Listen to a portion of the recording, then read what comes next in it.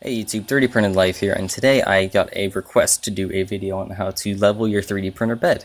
So, while I know this isn't really difficult, and many of you probably know how to do this, it is a bit intimidating if it's your first time doing it and you really don't know how to do it so that you can get your bed really level so you don't have issues printing. So that's what I'm here for. I'm going to be doing that tutorial right now. So let's get started. What you're going to need is an index card preferably. If you don't have an index card, you can use printer paper. If not, loose leaf is like a final resort.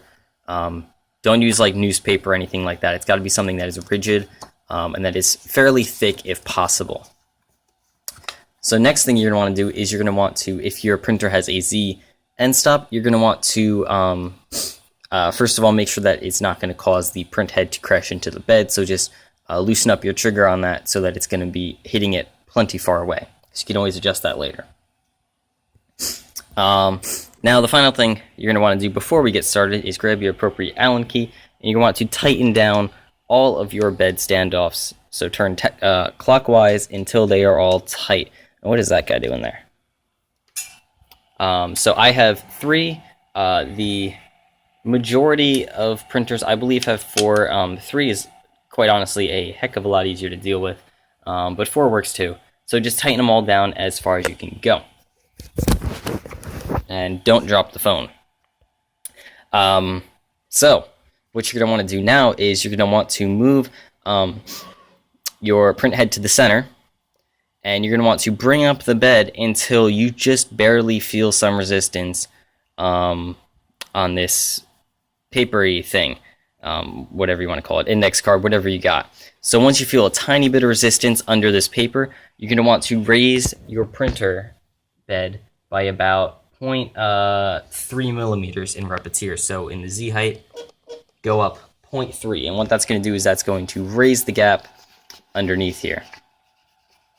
All right, so now what you're going to do is you're going to go around to all the corners first of all, and you're going to make sure that none of these are tight under the index card. They shouldn't be, but if you have any of these corners that are extremely tight, I know that on the 2-up, because of the gantry sag, you might get one side that's very tight even after this process.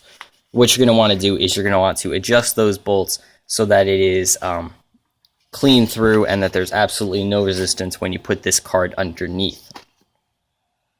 So once you do that, you should have a bed that is fairly level within about 0.2 or 0.3 millimeters. So now what you want to do is the really fine adjustment.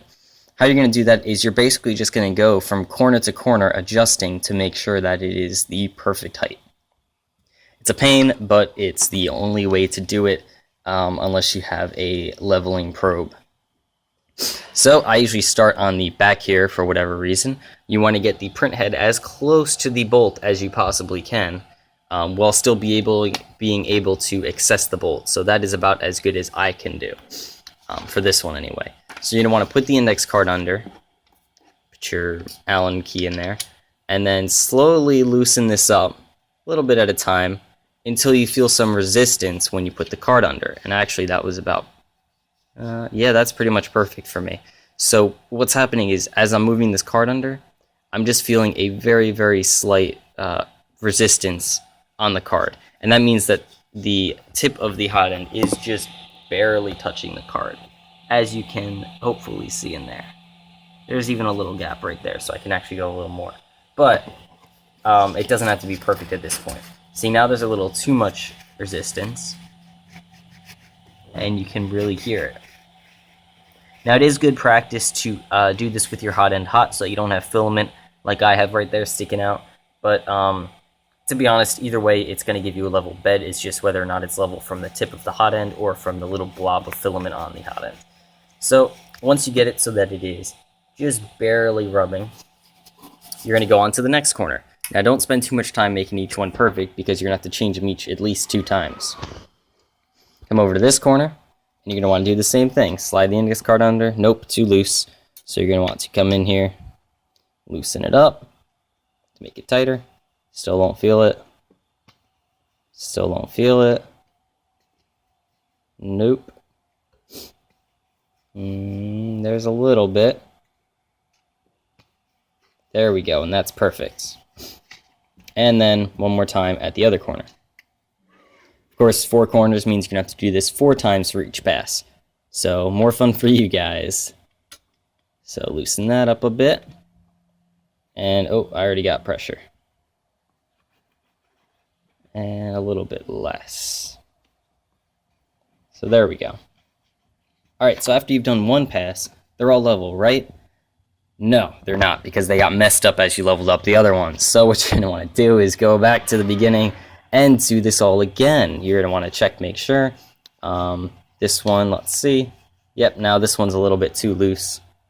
So you want to, or I mean the card's a little too loose, so you want to loosen up the bolt to tighten down the hot end. And that's a little too tight for my, oh, nope, that's good. So that's pretty good right there. Coming over to the front here. And now it appears that this front is too tight. Nope. Front is perfect pretty much. Maybe a little loose, if anything, so I want to loosen up the bolt more. There we go, that's perfect. And sliding over to the front one more time. Apologize for the repetition in this video. Anyway, let's get that under. And that's a little too tight. And that's perfect.